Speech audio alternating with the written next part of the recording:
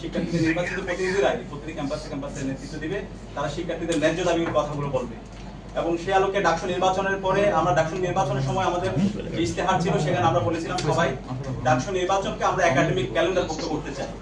এবং সে আলোকে আজকে আমাদের যে কার্যনির্বাহী সভা হয়েছে সেখানে প্রথম এজেন্ডাই ছিল ডাকসু নির্বাচনকে একাডেমিক ক্যালেন্ডারভুক্ত করা। তো আজকে আমাদের ডাকসু সভাপতি বিশ্ববিদ্যালয়ের VC professor doctor Niaz Ahmed Khan sir সহ রাজা স্যার সবাই উপস্থিত ছিল এবং আমাদের 28 জন কার্যনির্বাহী সদস্যদের সবাই একমত হয়েছে ডাকসু নির্বাচন বিশ্ববিদ্যালয়ের একাডেমিক ক্যালেন্ডারভুক্ত হবে। নির্ধারিত সময়ে আগামী যে ডাকসু সেই ডাকসু নির্বাচনের তাফসীর ঘোষণা হবে এবং নির্ধারিত সময়ে নির্বাচন হবে এবং প্রতি বছর এই ডাকসু নির্বাচনটা চলতে থাকবে। আমাদের যেভাবে সেমিস্টার ফাইনাল হয়, আমাদের যেভাবে রেগুলার একাডেমিক অ্যাক্টিভিটি হয়, একইভাবে বিশ্ববিদ্যালয়ের একাডেমিক ক্যালেন্ডারে ডাকসু নির্বাচনকে যুক্ত করা হবে এবং এটার জন্য বিশ্ববিদ্যালয়ের যে সিন্ডিকেট আছে সেখানে উত্থাপন করা হবে এবং সেটা সেখানে পাস হবে ইনশাআল্লাহ। তো আমরা আশা করছি এটা একটা ঐতিহাসিক একটা সিদ্ধান্ত। আমরা আগামী বাংলাদেশে ইনশাআল্লাহ প্রতি বছর প্রতিটি ক্যাম্পাসে ঢাকা বিশ্ববিদ্যালয় দিয়ে এই যাত্রাটা শুরু হবে। প্রতিটি ক্যাম্পাসে ছাত্র সংসদ নির্বাচনের মাধ্যমে শিক্ষার্থীদের নির্বাচিত প্রতিনিধিরা প্রতিনিধি ক্যাম্পাসে নেতৃত্ব দিবে। আর দ্বিতীয়ত আমরা দেখতে পাই গত 16 বছরে খুনি হাসিনা তার ফেসিবাদের মাধ্যমে বাংলাদেশে একটা অকার্যকর রাষ্ট্র হিসেবে তৈরি করেছিল।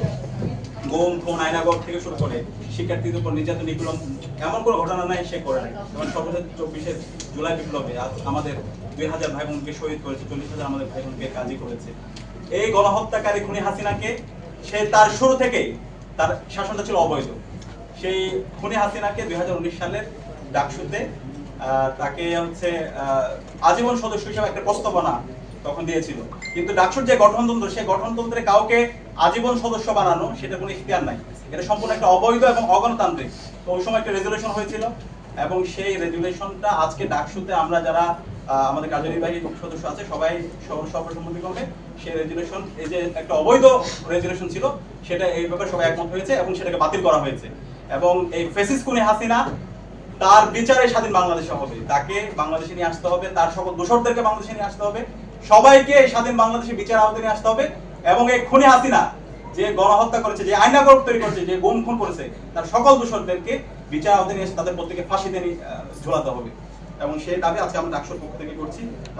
এবং আমাদের আজকে এবং আগামীকাল 2 দিন ব্যাপী ক্যাম্পাসের সর্বস্তরের শিক্ষার্থীদেরকে নিয়ে খুনি হাসিনা এবং তার সকল দোষরদের বিচারের দাবিতে আমাদের বিক্ষোভ আছে এবং সারা ক্যাম্পাসের 13টা পয়েন্টে বিশ্ববিদ্যালয়ের শিক্ষার্থীরা অবস্থান নেবে এবং আগামীকাল সকাল থেকে ক্যাম্পাসে অবস্থান নেব।